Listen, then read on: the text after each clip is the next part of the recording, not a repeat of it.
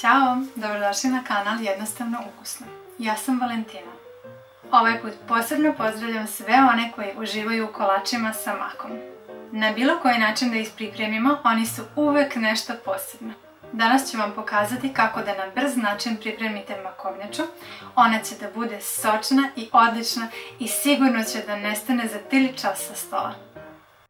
Potrebno je 5 kifli, 5 jaja, 300 g maka, 5 kašika šećera, 300 g šećera za mešanje sa makom, 1 kašika vanil šećera, margarin za podmazivanje tepsije, pola litre mleka i 2,5 deci slatke pavlake.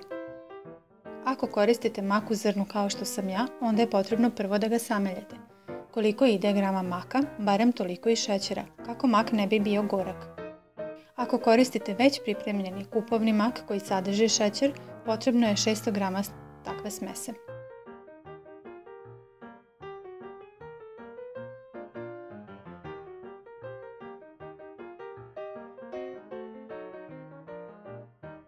Pet žumanaca i 5 kašika šećera penasto umutimo.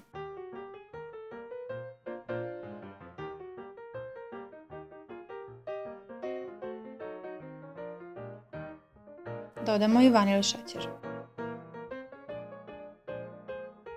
Zatim dodajemo slatku pavlaku i mutimo.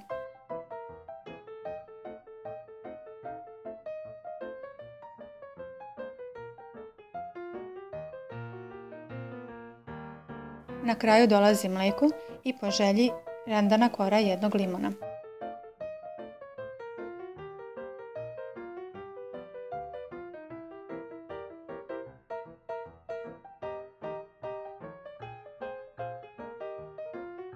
Kifle isečemo na kolutiće. U posebnoj činiji umutimo belance u čvrst sneg. Sneg dodamo smesi koju smo prethodno mutili.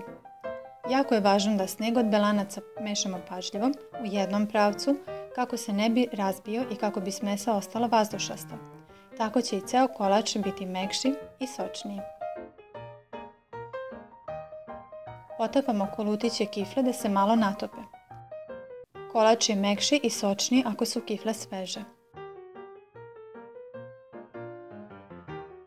Tepsiju podmažemo margarinom i ređamo prvi red kifli.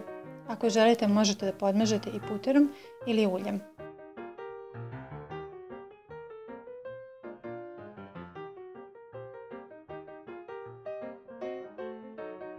Pospemo polovinom količine maka.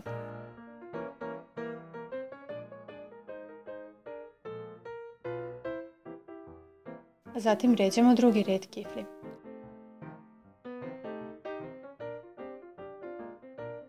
Pospemo ostatkom maka.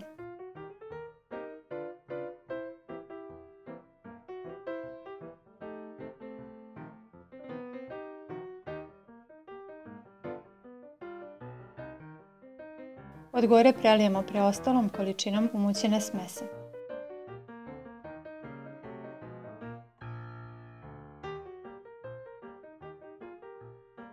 Pečemo u zagrejanoj rerni na 180 stepeni oko 20 minuta dok lepo ne porumeni.